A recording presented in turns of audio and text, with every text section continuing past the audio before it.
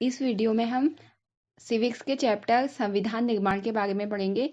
संविधान के बारे में जैसा कि आप जानते हैं कि संविधान कुछ बुनियादी नियमों का संग्रह होता है जिसका पालन नागरिकों को और सरकार को करना आवश्यक होता है। या हम यह भी कह सकते हैं कि संविधान में कुछ नियम सम्मिलित रूप में होते हैं जो कि किसी देश को चलाने के लिए, देश की सरकार को चलाने के लिए या किसी शासन व्यवस्था को चलाने के लिए बनाए जाते हैं। इसके अलावा आप यह भी कह सकते हैं कि संविधान नियम और कानूनों का एक संग्रह होता है जो कि किसी देश को चलाने के लिए, वहाँ की शासन व्यवस्था को चलाने के लिए आवश्यक होते हैं या आवश्यक रूप से बनाए जाते हैं, या हम उनको तौर तरीके भी मान सकते हैं किसी देश की शासन व्यवस्था को चलाने के लिए।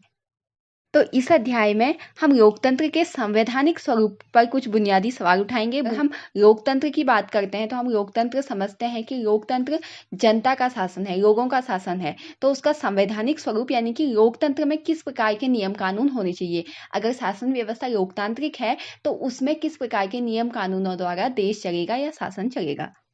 इसके अतिरिक्त हम ये भी देखेंगे कि हमें संविधान की जरूरत क्यों होती है या संविधान कैसे बनते हैं और उन्हें कौन बनाता है। आपकी बुक की स्टार्टिंग जो है वो दक्षिण अफ्रीका के उदाहरण से हुई है, यानी कि दक्षिण अफ्रीका के लोगों ने कैसे अपना संविधान निर्माण का कार्य पूरा किया या कैसे संविधान निर्माण बनाया। तो हम पहले उस घटना को परिचित होंगे, उस घटना को जानेंगे और उसके बाद हम ये देखेंगे कि भारतीय संविधान के निर्माण कैसे हुआ, इसके निर्माण के पीछे किन किन लोगों ने अपना सहयोग दिया और यह नागरिकों के जीवन और सरकार के कामकाज के लिए किस प्रकार से नियम कानून उपलब्ध कराता है। तो सबसे पहले दक्षिण अफ्रीका में लोकतांत्रिक संविधान को देखते हैं।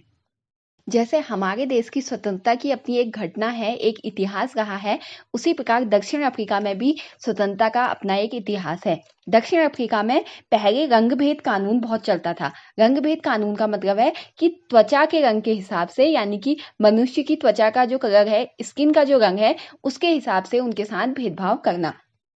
दक्षिण अफ्रीका में यह रंगभेद जो कानून था वह यूरोप के जो गोरे लोग थे, अंग्रेज लोग थे, उन्होंने ही चलाई थी। 17वीं और 18वीं सदी में व्यापार करने के लिए जब यूरोप की कंपनियां दक्षिण अफ्रीका में आई, वे लोग जो कि यूरोप से व्यापार करने आए थे, उन्होंने दक्षिण अफ्रीका में स्थानीय लोगों को रंग भेद की राजनीति के आधार पर बांट दिया, यानी कि चमड़ी के रंग के आधार पर उन्हें बांट दिया। आबादी में उन्हीं लोगों का हिस्सा जो कि दक्षिण अफ्रीका में रहते थे, उन लोगों की जो चमड़ी यानी कि त्वचा का रंग था वह काला था, इसलिए उन लोगों को अश्वेत नाम दिया गया। और यूरोप से जो लोग कंपनी का व्यापार करने आए थे, यूरोपीय देशों के थे, ब्रिटिश लोग थे, अंग्रेज लोग थे, क्योंकि उनकी त्वचा का रंग सफेद होता था तो वे अपने आप को श्वेत कहते थे। भारत के लोग भी कुछ वहां गए थे तो उन लोगों को रंगीन चमड़ी वाला कहा जाता था। जो गोरे शासक थे यानी कि जो श्वेत लोग थे, वे अपने अलावा बाकियों को छोटा और नीचा मानते थे और उन्हें वोट देने का अधिकार भी नहीं था। अगर आप वहाँ की सामाजिक स्थिति को देखेंगे तो वहाँ पर जो ये नीतियां बनाई गई थी, रंगभेद कानून बनाया गया था, वो इतना दमनकारी था, इतना भेदभाव करता था कि वहाँ पर जो श्वेत लोगों की बस्तियां थी, यानी कि जो यूरोपीय लोगों ने अपने लिए बस्तियां बनाई थी, उन बस्तियों में अश्वेत लोगों को यानी कि दक्षिण अफ्रीका के लोगों को आने की इजाजत भी नहीं थी। इसके अलावा वहाँ गाड़ी, बस, टैक्सी, होटल, अस्पताल, स्कूल, पुस्तकालय, यहाँ तक कि जो सार्वजनिक शौचालय होते थे वो भी श्वेत और अश्वेतों के लिए अलग अलग थे। और इन सब के बावजूद भी जो अश्वेत लोग थे उन्हें कोई संगठन बनाने का या इस जो भेदभाव हो रहा था इसका विरोध करने का भी उनको अधिकार नहीं था। तो आप सोच ही सकते हैं कि 17वीं और 18वीं शताब्दी के दशक में दक्षिण अफ्रीका के लोगों को किस प्रकार के मान का सामना करना पड़ रहा होगा। 1950 से ही अश्वेत और जो भारतीय मूल के लोग थे उन्होंने रंगभेद प्रणाली जो कि रंगभेद कानून था उसके खिलाफ संघर्ष करना शुरू कर दिया और उन्होंने इसके विरोध में कई हड़तालें की, विरोध प्रदर्शन किए।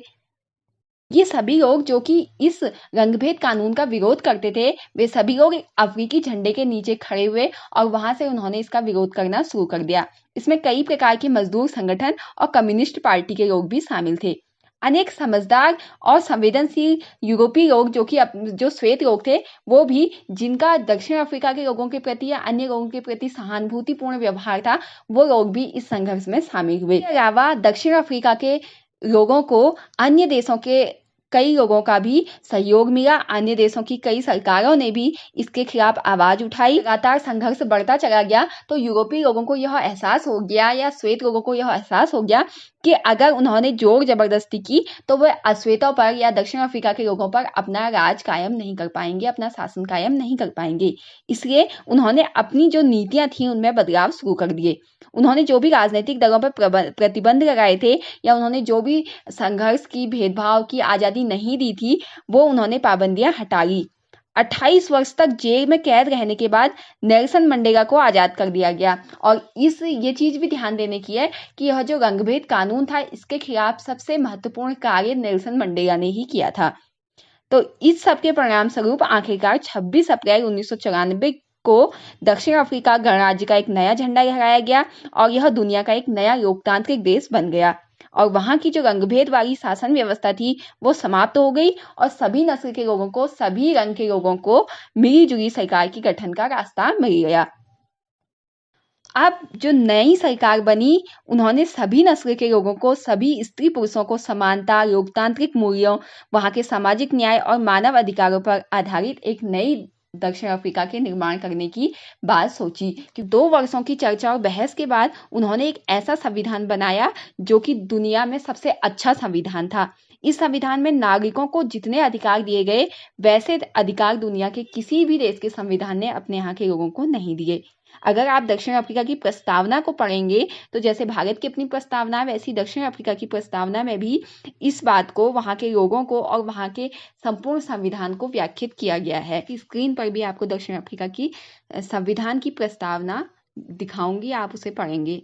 तो इस प्रकार दक्षिण अफ्रीका का संविधान बना। दक्षिण अफ्रीका का जो संविधान था वो इतिहास, जो कि उन्होंने रंगभेद कानून या जिस प्रकार की भी सामाजिक स्थिति उन्होंने सही थी वो, और भविष्य किस प्रकार वो अपना भविष्य सफल बनाएंगे, इस बारे में दोनों में बातें करता है। दक्षिण अफ्रीका संविधान यह वायदा भी करता है कि जिस प्रकार का रंगभेदी, क्रूर और दमनकारी इतिहास उन्होंने सहा है, ऐसा वो फिर से कभी नहीं दोहराएंगे। इसके अलावा उन्होंने यह बात भी स्पष्ट रूप से अपने संविधान में कही है कि यह देश श्वेत, अश्वेत, स्त्री और पुरुष सभी का समान रूप से है।